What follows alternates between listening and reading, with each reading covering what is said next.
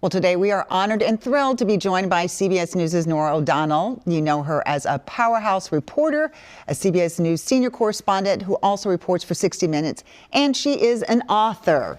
She's on a book tour right now for her latest work, We the Women, the Hidden Heroes Who Shaped America. And we are thrilled to catch her before her event tonight at Hennepin Avenue United Methodist Church. Norah, welcome to WCCO. Yes, welcome. I am thrilled to be here. Thank you so much for having me. And making a few minutes for us. We do want to talk about your new book, Welcome to Minneapolis. I had a chance to at least see the book, kind of glance through it. Why write it now? Because it is time to pay tribute to these hidden heroes in American history. We are celebrating America's 250th birthday this year. And women are not a footnote in American history. In fact, they were front and center in many of the great struggles in American history. And yet we didn't learn that in school. I certainly did it.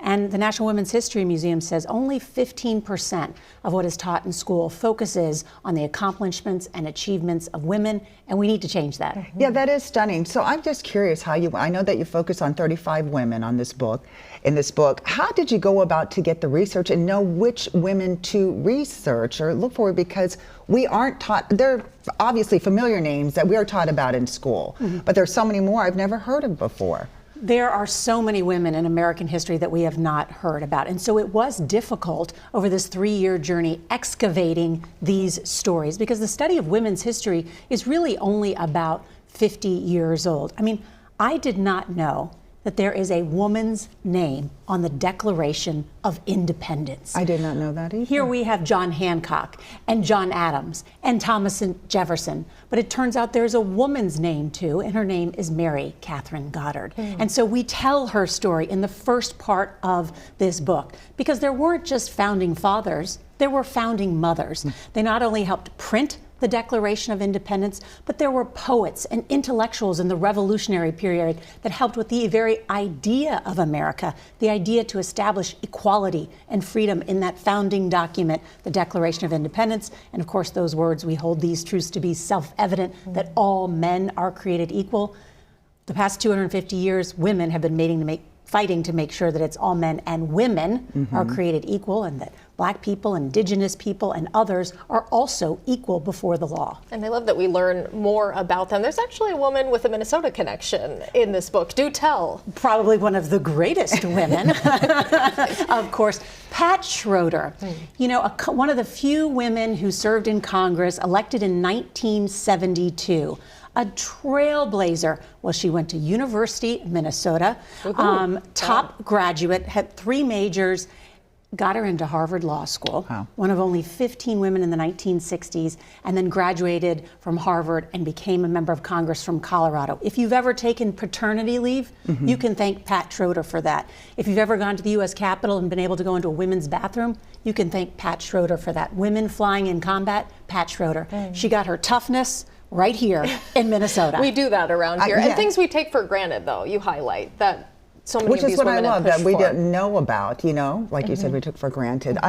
One of the things I thought was interesting, you have an individual that you focus, I can't remember her name right now, but she had a diary. So you were able to learn more about her, because historically, historians and others didn't feel that women were important enough to preserve these letters or diaries. You are exactly right. That's why this is so difficult to write a book like this, is because throughout history, women's stories weren't considered important.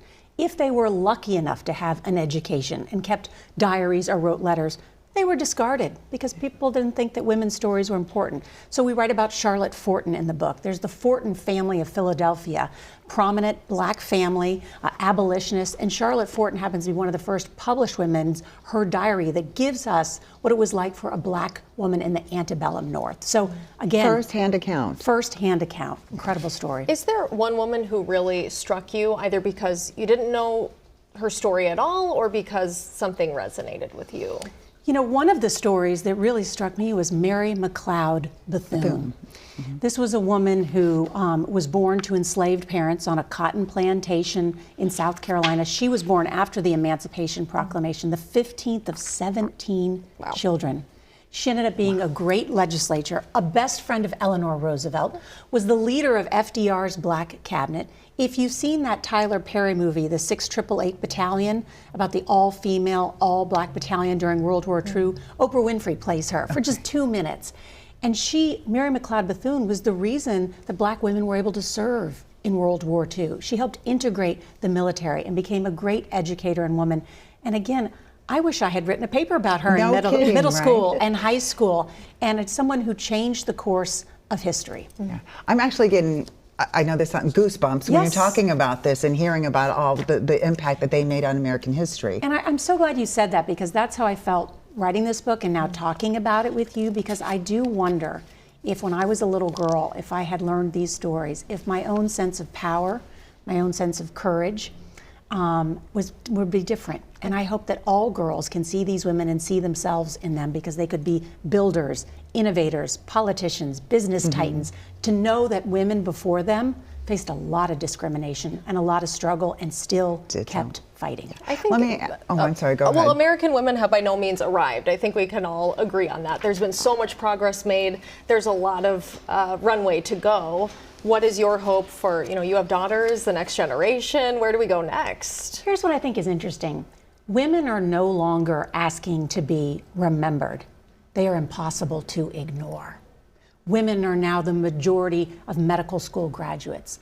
When they couldn't even go to medical school in 1850, and Dr. Elizabeth Blackwell was the first to graduate. I write about her. Women are now the majority of law school graduates.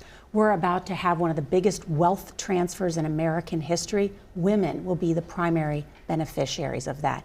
So women have crashed through the educational glass ceiling. The question is getting women in positions of power. There's still only about a quarter of legislators in the U.S. Congress, not enough governors. So I'm thinking for my daughters, a lot will change. We're certainly, I believe, at a real turning point, because we, the people, can no longer ignore we, the women.